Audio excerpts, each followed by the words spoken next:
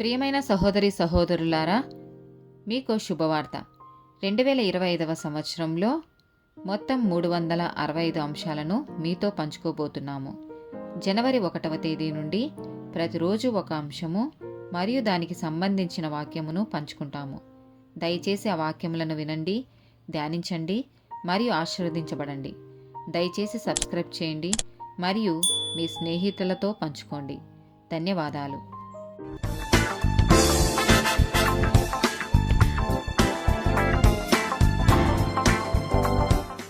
7th day topic అనుకూలత, adaptability.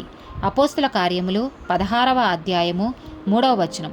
అతడు తనతో కూడా బయలుదేరి రావలెనని పౌలు కోరి, అతని తండ్రి గ్రీసు దేశస్థుడని ఆ ప్రదేశంలోని యూదులకందరికీ తెలియను గనుక వారిని బట్టి అతని తీసుకొని సున్నతి చేయించెను.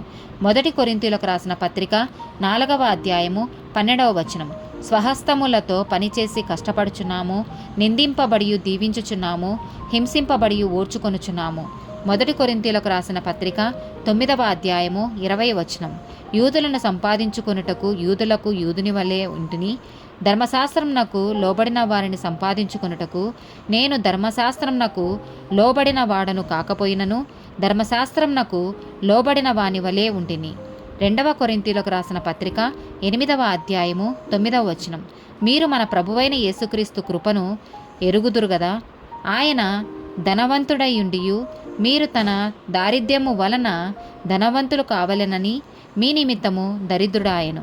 ఆమేన్.